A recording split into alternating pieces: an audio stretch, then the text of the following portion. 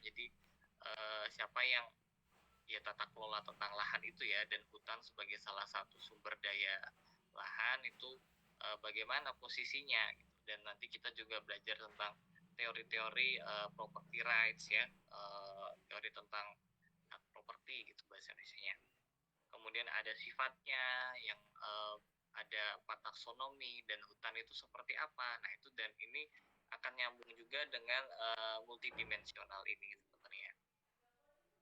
Minggu keempat kita akan lihat hak dan akses serta penguasaan terhadap sumber daya hutan. Jadi di sini sebenarnya ini mungkin 3 dan 4 ini bisa jadi satu ya. Jadi advancing-nya setelah tahu tenorial, kemudian hak dan akses, teori hak seperti apa, akses seperti apa, dan implikasinya di sektor kehutanan, itu sumber daya hutan seperti apa. Nah ini hal-hal yang akan kita pelajari sehingga kita bisa melihat fenomena-fenomena di luar, misalkan ada kebijakan perhutanan sosial ya gitu, kemudian kebijakan itu bisa kita ulas menggunakan teori hak, misalkan mengapa masyarakat ini terkadang tetap tidak sejahtera padahal sudah ada program perhutanan sosial, program kemitraan kehutanan dan lain sebagainya. Nah ini bisa kita lihat di minggu 3-4 ini sebagai salah satu cara mengulasnya. Minggu kelima kita akan juga melihat 5 dan 6 gitu ya. 5 dan 6 nanti kita lihat bagaimana konteks di Indonesia. Nah di Indonesia ini kita lihat juga secara paradigma, secara sejarahnya seperti apa. Nah itu yang ketujuh ya. Jadi akan nyambung sampai ketujuh, paradigmanya seperti apa ya. Dan ini mungkin agak banyak overlay juga dengan mata kuliah MSTH misalkan seperti itu. Jadi ada timber extraction seperti apa, dan kita akan melihat dari sudut pandang kebijakan gitu ya. Kehutanan sosial, forest resource ecosystem, nah itu seperti apa. Nah ini akan kita ulas satu persatu. Kemudian ini konteks Indonesia lagi menarik sebagai refleksi ya sebenarnya. Kita lihat bagaimana dinamika kehutanan di Indonesia. Zaman dulu itu kita punya hutan sangat luas, kemudian sekarang tutupannya semakin berkurang. Nah kita bisa lihat dari sudut pandang kebijakannya apa yang berubah gitu ya di dalamnya, dan bagaimana tentang undang-undangnya gitu. Nah ini kita akan ulas juga ini juga sedikit sejarah ya, bagaimana pengelolaan hutan di Indonesia, menunjukkan pengukuhan. Nah ini juga terminologi yang bisa kita pelajari bersama-sama. Lalu juga tentang tumpang tindih kawasan gitu ya. Jadi mengapa terjadi, nah ini juga menjadi salah satu bahasan yang bisa kita ulas. Lalu tentang sejarahnya ya, sejarah atau periodisasi pengelolaan hutan di Indonesia di Jawa ya terutama, dan juga di luar Jawa. Jadi kita bisa lihat dari segi sejarah bagaimana misalkan perhutani, kemudian KPH gitu ya. KPH perhutani itu muncul perhutani itu dari apa gitu ya. Kemudian dulu zaman Belanda pengelolaan hutannya seperti apa, dan implikasinya ke saat ini ternyata ada benang merahnya bisa kita lihat gitu. Nah, akan kita pelajari juga di mata kuliah ini. Ini kemudian selain ini UTS ya, minggu ke-8 kurang 1 8, 9, nanti setelah UTS ini ada beberapa materi, nggak begitu banyak ya, 4, tapi mungkin ini akan menjadi beberapa dipecah-pecah ya. Misal tentang ada siklus kebijakan kehutanan gitu ya. Nah, kemudian konflik kepentingan. Nah, di sini biasanya kita bagi menjadi 2 gitu. Jadi pertama tentang ragam aktor dan kepentingan, lalu kita bisa membahas dari stakeholder analisisnya, dan juga ntar case study, dan juga ada teori namanya ACP, Actor Center Power, sebagai salah satu pendekatan untuk melihat bagaimana aktor-aktor dalam sektor kehutanan ini tanda kutip bermain gitu ya. Jadi di sini kita melihat bahwa aktor ini sebagai apa namanya ya, hal yang prominent gitu ya, yang menjadi drive bagaimana sektor kehutanan itu dikelola gitu di sini. Nah ini akan kita ulas juga. Dan siklus kebijakan ini secara umum sebenarnya dari keilmuan ya hukum gitu ya, keilmuan kebijakan, policy science. Nah, di sini ada banyak proses di dalamnya dan kita bisa lihat satu persatu, kita ulas satu persatu juga. Lalu instrumen kebijakan, bahwa di sini mungkin yang dibayangkan gitu ya, apa yang dibayangkan oleh kebijakan itu mungkin undang-undang gitu ya. Ternyata tidak juga gitu. Di sini undang-undang atau regulasi itu hanya salah satu instrumen kebijakan. Nah, kan ada mata kuliah tersendiri juga ya, ada mata kuliah apa, hukum hukum kehutanan, atau ada mata kuliah yang lain tentang perundangan kehutanan ya. Nah, ini di sini berbeda cara pandangnya. Di sini kita melihat bahwa itu salah satu instrumen kebijakan ya. Ada definisi dari faktor-faktor dan juga jenisnya. Lalu terakhir kita akan tentang evaluasi kebijakan, rasionalisasinya, evaluasi, dan juga instrumennya.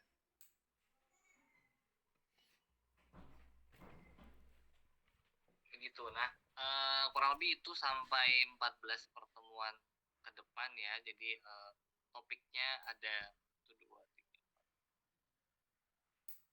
10, 11 topik utama, tapi akan kita spread jadi mungkin 14 pertemuan itu. Kemudian nanti mungkin juga kalau ada kuliah-kuliah umum kita akan encourage online webinar, atau kita encourage adik-adik untuk bisa ikut kuliah itu juga gitu ya.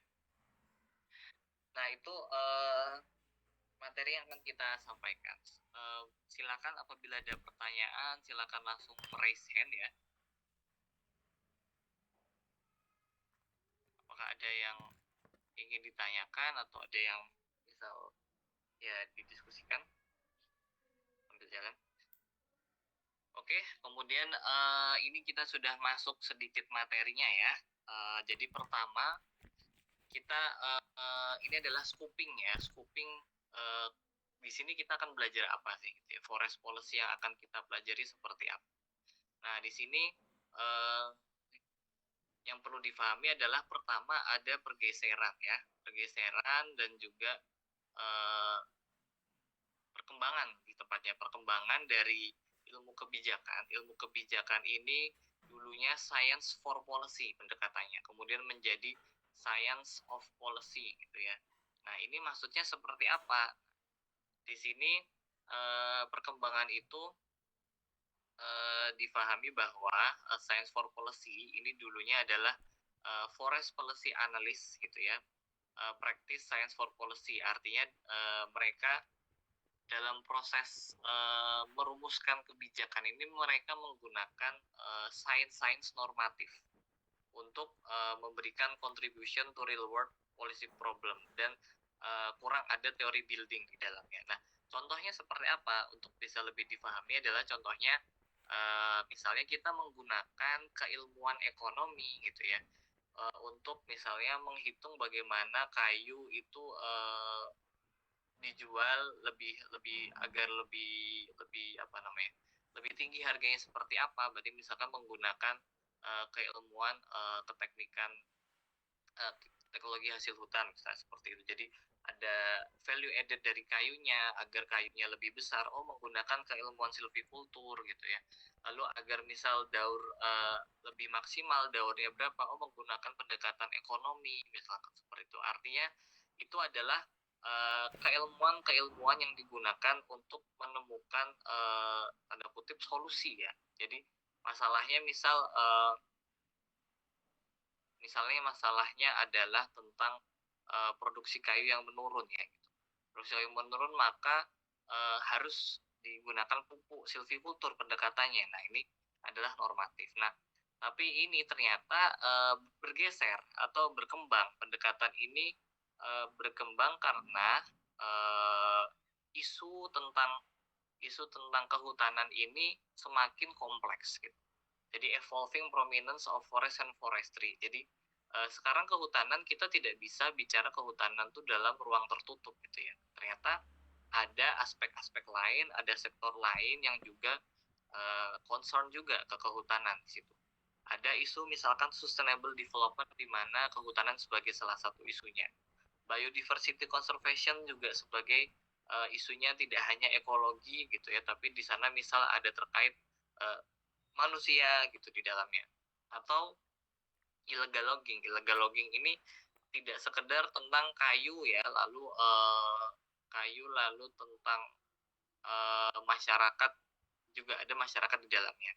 Artinya isu-isu ini semakin kompleks dan pendekatan-pendekatan tadi, misalkan kita hanya belajar uh, tentang bagaimana silvikultur, itu kan ilmu kehutanan juga ya.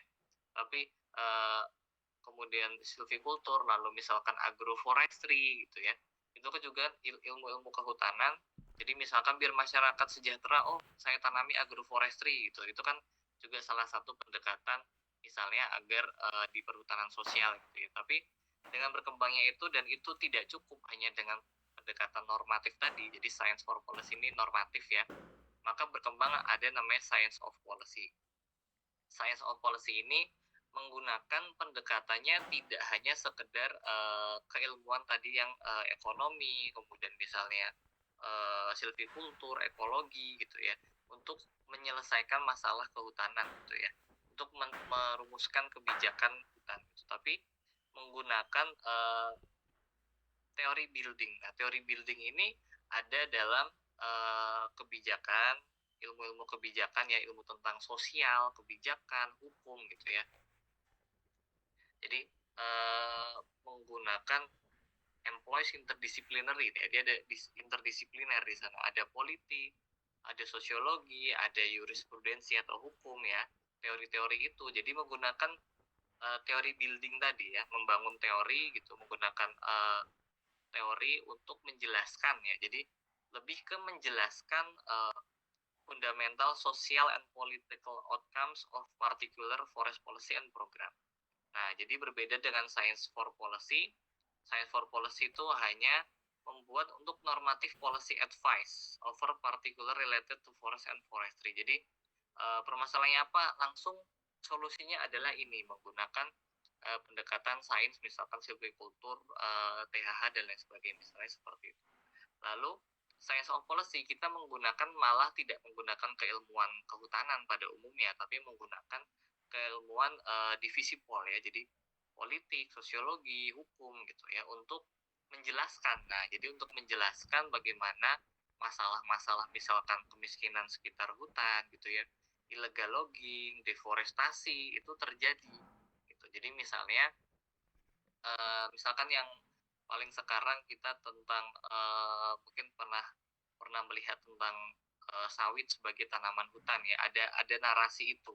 Nah, itu kita lebih melihat kalau misalnya pendekatan science for policy, maka dia akan bisa saja, oh science for policy-nya adalah karena ini tanda kutip sawit bernilai konservasi, kita masukkan sebagai tanaman kehutanan misalkan seperti itu. Tapi science of policy tidak kemudian cari solusinya atau mencari kontribusinya, tapi kontribusinya nanti ada di kenapa dimasukkan ya, siapa sih yang memasukkan di situ, narasi apa yang ada di dalam situ, ada kepentingan apa di dalam itu. Nah, jadi itu yang akan kita bahas dalam science of policy.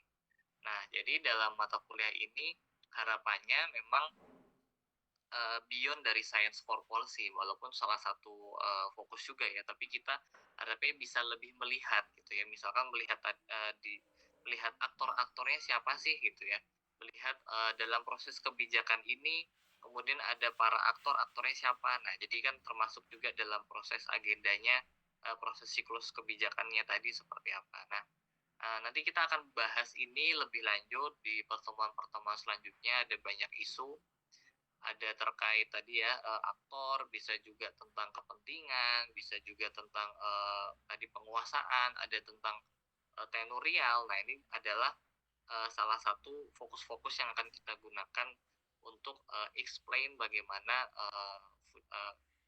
particular forest policy and program di situ. Jadi begitu ini fokusnya. Nah, kemudian ini ya, kita melihat definisi dari kebijakan. Definisi kebijakan umumnya sebenarnya adalah prinsip that govern action directed towards given ends. Jadi prinsip apa yang kita gunakan untuk untuk mendapatkan tujuan gitu ya. Nah ini adalah science for policy. Sedangkan nanti sedikit berkembangnya adalah ke Jenkins 1978. Jadi di sini di dalamnya ada banyak kebijakan itu tidak sekedar menuju tujuan ya, tapi lebih lengkap lagi set of interrelated decisions. Jadi bisa dilihat kata kuncinya ya. Ada beberapa decision di sana diambil oleh aktor-aktor politik atau group of aktor terkait selection of goal. Jadi ada tujuan dan bagaimana cara mencapainya, ada specific situation, lalu juga ada power di sana. Artinya di sini sangat dinamis ya. Jadi tidak mesti prinsip ini atau sains ini untuk mencapai tujuan ini, tapi di dalamnya ternyata ada aktor, kemudian ada specific situation sehingga ada power atau kuasa yang kemudian dinamis antar aktornya sehingga luaran kebijakan yang kemudian muncul itu berbeda seperti itu. Jadi ini akan kita bahas lebih lanjut misalnya di pertemuan-pertemuan selanjutnya. Misal ada kebijakan perhutanan sosial, ada kebijakan UUCK misalnya ya. UUCK ini kenapa muncul gitu ya, padahal misal di media ini banyak kontra juga, bahkan di MK sekarang sudah keluar keputusan bahwa itu tidak melalui cara-cara yang konstitusional seperti itu. Nah, artinya kan ada kondisi itu muncul. Nah, kita melihat mengapa kondisi itu muncul, siapa sih misalnya aktornya, kondisi apa saat itu yang terjadi. Nah, ini adalah kebijakan definisi yang akan menjadi rujukan kita untuk satu semester ke depan ini. Dan untuk mata kuliah kebijakan hutan ini lebih spesifik lagi menggunakan definisi Max Crot 2005 bahwa forest policy making ya sebenarnya ini social bargaining process for regulating conflict of interest. Jadi dalam policy making membuat kebijakan ini adalah regulating conflict of interest. Artinya di sana pasti ada konflik, ada interest, lalu ada negosiasi di sana, ada tawar-menawar sosial di sana, sehingga luarannya tentu akan tidak bisa full gitu ya. Mungkin ada di sana ada kompromis dan lain sebagainya. Nah, itu kira-kira yang menjadi sedikit pengantar ya. Tadi saya sudah sedikit sampaikan isinya. Kemudian nanti dalam proses kita belajar juga termasuk memahami ini, kita akan ada penugasan membuat misalnya nanti policy forum atau artikel lain gitu ya. Jadi ini kontennya, kemudian nanti ada tools-tools untuk kita gunakan agar rekan-rekan juga bisa lebih memahami, bisa penugasan itu tadi. Begitu mungkin dari saya. Prof. Mariudi, apakah ada tambahan? Baik Mas Dito yang telah memberikan pengantar dengan sangat baik. Jadi adik-adik sekalian, selamat pagi. Assalamualaikum warahmatullahi wabarakatuh. Salam sehat selalu. Jadi saya ingin sedikit menggarisbawahi ya tadi apa yang sudah disampaikan oleh Mas Dito secara sekilas begitu tentang kuliah dari kebijakan kehutanan. Jadi tadi ada beberapa kata kunci yang sudah disampaikan oleh Mas Dito, dan seringkali memang adik-adik tidak hanya mahasiswa gitu ya, dosen-dosen pun kadangkala juga sering memahami kebijakan itu hanya sekedar kaitannya dengan regulasi-regulasi ataupun aturan-aturan yang dikeluarkan oleh pemerintah untuk bagaimana mendorong pengelolaan hutan secara lestari. Nah, untuk mata kuliah ini tidak hanya itu, gitu. Jadi untuk kalau misalkan terkait dengan peraturan-peraturan secara spesifik, itu tadi ada mungkin mata kuliah perundang-undangan kehutanan, konteks hukum agraria dan lain sebagainya. Jadi kita tidak membahas aturan secara letterless ya gitu ya. Letter letter leach gitu ya, kalau kalau letter leach kalau bahasa Belanda gitu ya. Eh, jadi eh, itu akan dipelajari di mata kuliah yang lainnya. Jadi tadi Mas Dito juga sudah menggarisbawahi bahwa ada dua paradigma bagaimana kebijakan kehutanan ini ya. Tadi yang pertama adalah bagaimana kita bisa memberikan masukan-masukan kepada policy maker tentang bagaimana hutan ini dikelola ya. Jadi mungkin itu awal-awal perkembangan kebijakan kehutanan itu seperti itu. Jadi intinya kita ingin hutannya dikelola secara lestari, hutannya bisa memberikan kemanfaatan bagi beragam pihak, hutannya bisa menyejahterakan masyarakat desa hutan, hutannya bisa memberikan devisa yang sangat besar pada negara, hutannya bisa untuk berkontribusi dalam upaya global untuk mitigasi perubahan iklim. Itu kan goal-nya begitu ya.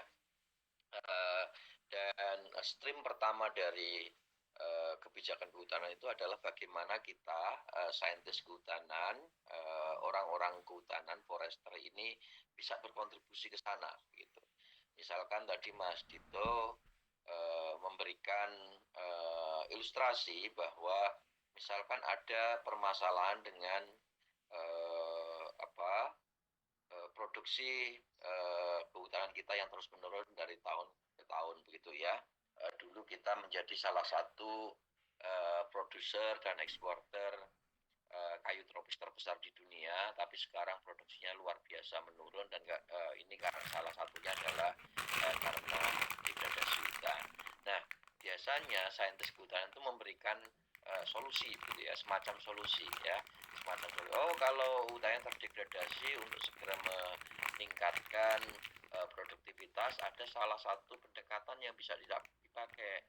Misalkan Fakultas Kehutanan ini kan salah satu yang mempromosikan begitu ya, bagaimana silviculture intensif ini bisa dipakai gitu kan. Nah, jadi ini adalah orang kehutanan, ilmuwan kehutanan dengan perspektif silviculture ekologi memberikan bidding kepada pemerintah. Kalau hutannya ingin memberikan produksi yang besar, harusnya dikelola seperti ini dengan silviculture yang lebih intensif begitu. Dan itu mungkin proven ya, biddingnya itu proven scientifically ya. Proven itu artinya memang secara saintifik itu bisa diterima gitu ya, logik ya, logik. Tapi permasalahannya adalah terlepas dari upaya Fakultas Kehutanan yang sedemikian kuat untuk mendorong silviculture intensif,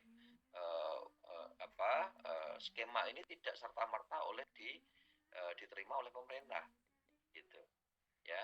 Padahal jelas ini bisa meningkatkan gitu ya, meningkatkan produktivitas. Nah, kenapa hal yang secara teknis ya, secara teknis itu bisa mendorong peluang hutan yang baik, tapi tidak serta-merta diterima?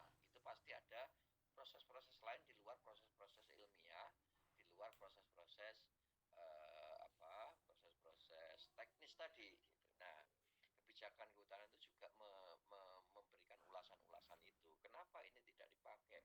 Kenapa decision-nya begini? Kenapa kok pemerintah tidak mengadopsi ini? Kok malah justru mengadopsi yang lainnya? Itu coba kita ulas gitu. Jadi tidak sekedar seringkali kita berbicara regulasinya, regulasi terkait dengan misalkan kalau kita lihat rotan ya, rotan itu kan dulu ada larangan ekspor untuk rotan, tapi harapannya adalah itu bisa menumbuhkan industri kehutanan nasional gitu. Tapi ekosistem dari industri ini tidak dibangun, sehingga industrinya pun tidak berkembang, sehingga rotan bisa dikatakan sia-sia lah gitu ya. Larangan ekspor harapannya kalau tidak bisa mengolahnya,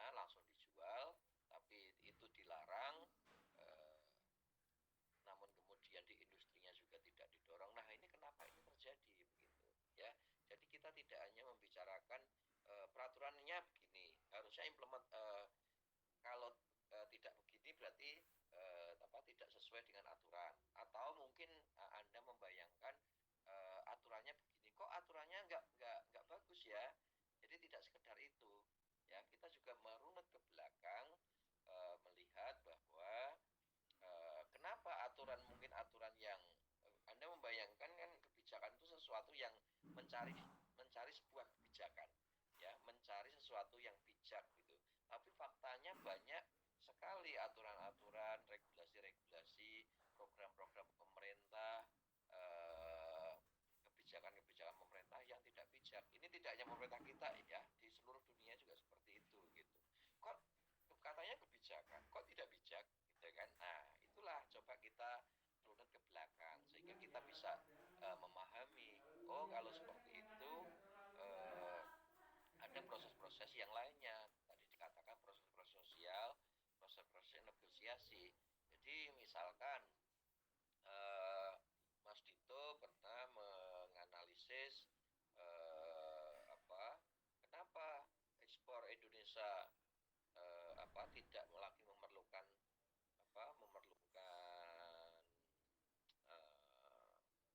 SPLK ya, legalitas begitu ya, nanti akan kita juga perkenalkan begitu. Padahal ini dengan adanya itu diberlakukan, Indonesia katanya mempunyai akses yang Greenland ke Uni Eropa begitu ya.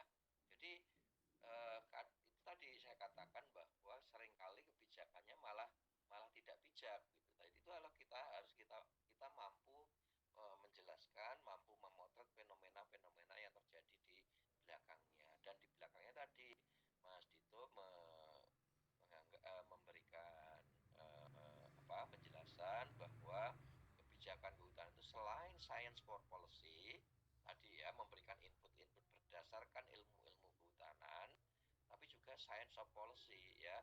Science of policy adalah bagaimana kita mampu memotret fenomena-fenomena sosial politik di balik sebuah kebijakan yang mungkin saja tidak bijak. Bisa juga ini kita gali, bisa saja kebijakan itu memang bijak menurut perspektif orang kehutanan. Jadi kenapa bisa terjadi bijak, kenapa tidak terjadi bijak? Itulah tadi yang dikatakan Mas Dito, ada proses-proses politik di sana. Gitu. Nah, proses politik itu pasti akan melibatkan aktor-aktor, siapa stakeholder, siapa di balik ini. Kenapa kok pengelolaan hutan Jawa diberikan kepada perhutani, kok tidak ke masyarakat? Kenapa kok ke korporasi besar? Apa di balik ini? Dan dampaknya apa begitu ya? Itu kira-kira dari kebijakan kehutanan. Tapi kita tidak melulu untuk S1, memang tidak melulu proses-proses politik tadi ya, science for policy. Kalau science of policy ya, jadi kita menggunakan kacamata, lensa-lensa analisis ilmu-ilmu sosial, politik, hukum dan lain sebagainya. Kalau di master mungkin proporsinya bisa dikatakan 70-80%. Kita proporsinya science of policy ya. Tapi untuk S1 mungkin 40-60 lah ya. Yang science of policy, yang proses-proses sosialnya itu proses-proses sosialnya itu 40%, yang proses-proses tadi, yang science for policy, kita menganalisis regulasi, mengenal kebijakan dan lain sebagainya, itu yang 60% ya.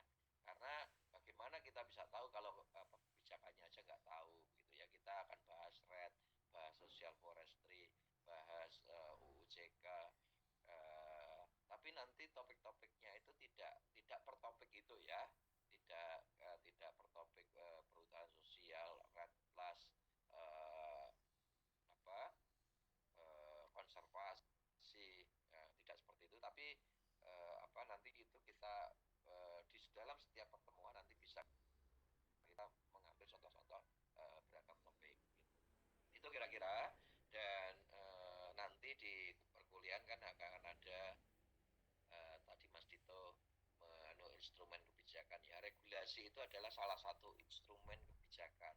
Ada banyak instrumen kebijakan. Jadi inilah yang menjelaskan kenapa kebijakan itu tidak sekedar regulasi ya. Proses sosialnya, aktornya, kepentingannya, relasinya, bagaimana prosesnya diambil, siapa yang mempengaruhi, implementasinya gimana, dan dampaknya seperti apa, itu akan kita kita kita ulas di dalam mata kuliah ini. Tentunya kita tidak bisa membahas keseluruhan ya, banyak sekali kebijakan kalau kita runut dari zaman Belanda. Terus tadi Mas Dito menjanjikan mau perhutani dari awal, terus ada banyak sekali kebijakan-kebijakan ya. Nanti kita akan memberikan sinyal-sinyal saja ya, semacam pancingan-pancingan, dan Anda nanti yang akan membaca begitu ya. Kan nggak mungkin kan kita membahas UU CK aja bisa satu pertemuan satu mata kuliah tersendiri gitu ya kalau mau dibahas gitu ya.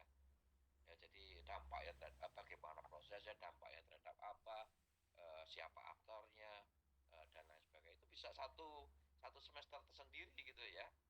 Nah, kan kita nggak mungkin ya ada kebijakan-kebijakan, misalkan dulu tadi kebijakan HPH, terus kebijakan KPH, terus kebijakan desentralisasi, kebijakan itu nggak mungkin kita secara detail bisa memberikan di dalam perkuliahan ini.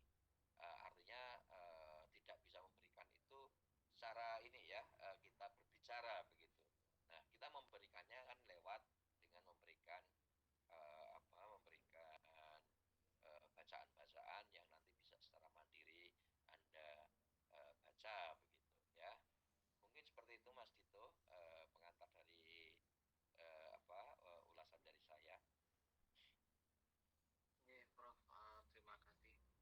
Ya, begitu tadi elaborasi dari Prof Aridi. Jadi memang di mata kuliah ini harus itu ya, berbeda, cukup berbeda dengan yang biasanya mungkin ya biasanya prosedural gitu. Yang ini mungkin lebih banyak membaca, lebih banyak critical thinking gitu ya. Jadi ya jadi warna baru juga, dan ini cukup menjadi tren baru ya, kebijakan kehutanan. Jadi kehutanan ini tidak lagi bisa dipandang monodisiplin ya. Jadi kita sekarang misal ada kebijakan perhutanan sosial, ada kebijakan misalnya NDC terkait mitigasi perubahan iklim. Nah, ini semua sangat berhubungan dengan aktor-aktor non kehutanan juga. Nah, ini makanya misalkan mungkin untuk orang kebijakan ini bijak gitu, untuk orang kehutanan itu suatu kebijakan yang bijak misalkan, tapi untuk aktor-aktor lain yang sekarang juga punya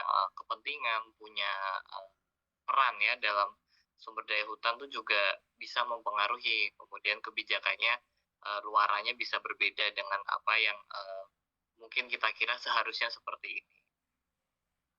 Jadi mungkin itu ya ulasan. Jadi ini satu kasus konkret ya, untuk bisa memahami cakupan kebijakan. Hari-hari ini kan ada pertarungan yang luar biasa ya terkait dengan sawit ya. Sawit ini bagaimanapun ini devisa terbesar di Indonesia saat ini ya, tidak bisa kita pungkiri begitu kan. Tapi di sisi lain mungkin ini bisa dipandang sebagai salah satu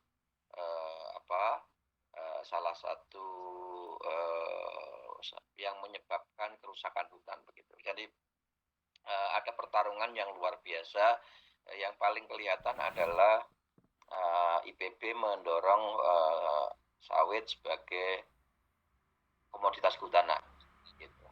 Fakultas Kehutanan UGM mungkin tidak secara ekstrim seperti itu, tapi berusaha untuk bagaimana menyelesaikan problematika yang terkait sawit yang sudah ada di kawasan hutan. Kira-kira seperti itu. Ya, ini prosesnya luar biasa, ada pertarungan yang luar biasa ya. Pertarungannya itu tidak hanya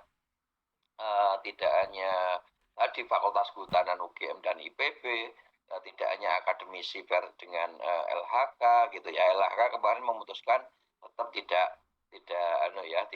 bukan komoditas kehutanan, tapi pressure yang lain, misalkan Kementerian Perdagangan tadi ya, yang devisa yang luar biasa besar itu juga bermain, ada interplay di sana ya.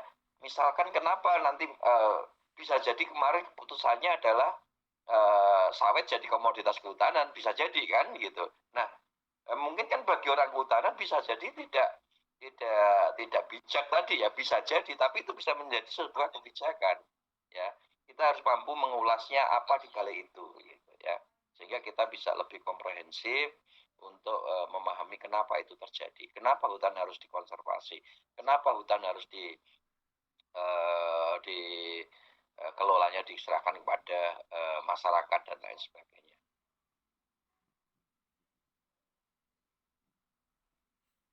Ya, ya Prof.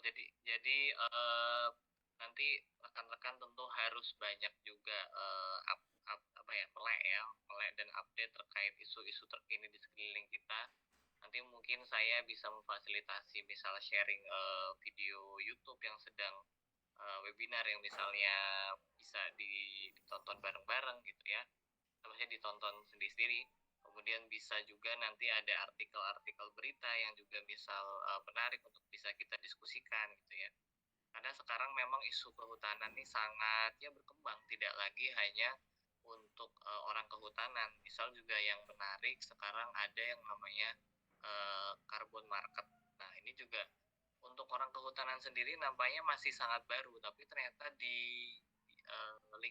kalangan orang-orang ekonomi, orang bisnis gitu ya, swasta, ini ternyata jadi suatu hal yang nampaknya menarik gitu, karena sekarang bahkan ada apa namanya, pasarnya ya, ada kalau misal googling gitu ICDX, Indonesian Carbon Trade Exchange, jadi mirip-mirip jadi stock market, pasar saham gitu bahkan. Jadi apakah ini menjadi hal yang nanti baik apa buruk, nah ini kita nggak tahu, tapi artinya kehutanan tidak hanya sekarang kita saja gitu ya, tapi ada banyak aktor di sana, sehingga makanya uh, apa ya, kita perlu melek lah, kita perlu pendekatan-pendekatan interdisiplin agar bisa memahami secara lebih ya komprehensif seperti itu.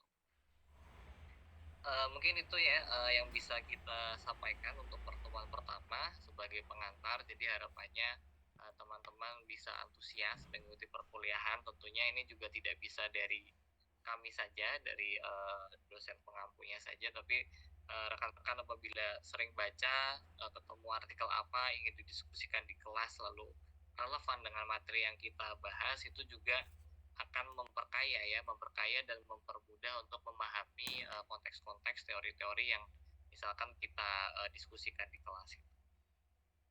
Begitu, apakah ada yang ingin ditambahkan, didiskusikan?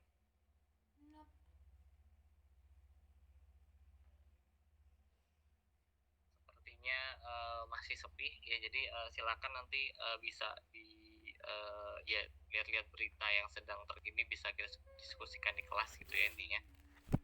Kalau begitu mungkin kami cukupkan, karena online memang lebih capek ya untuk lebih banyak ngomong sendiri. Jadi kita bertemu lagi minggu depan di jam yang sama. Untuk pertemuan hari ini kita cukupkan, kurang lebihnya mohon maaf. Assalamualaikum warahmatullahi wabarakatuh.